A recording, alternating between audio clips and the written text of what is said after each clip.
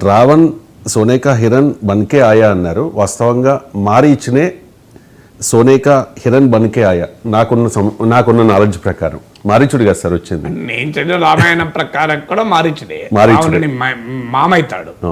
మారీచుడే మాయాలేడి రూపంలో వచ్చాడు. అయితే ఇక్కడ మనకు అంటే ఒక పాసిబిలిటీ ఏంటి అంటే ఆయన మరి రామాయణంలో అనేక వర్షన్స్ కూడా ఉన్నాయి. స్టాండర్డ్ ఏంటంటే వాల్మీకి రామాయణం. మీరు ఉదాహరణకు నాకు గుర్తు సబ్జెక్ట్ కరెక్షన్ ఎవరంటే క్షమించాలి. వాల్మీకి రామాయణంలో రామునికి అక్క కూడా ఉంటుంది, శాంత అనుకుంటా. మన బతుకమ్మ పండుగల్లో కూడా ఒక ఋషికి ఇస్తారు అమ్మను.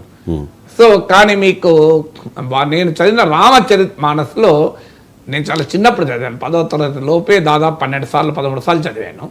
నాకు గుర్తున్నంత వరకు సబ్జెక్టు కరెక్షన్ అందులో రామచరిత్ మానస్లో అక్క ప్రస్తావన లేదు నాకు గుర్తున్నంత వరకు.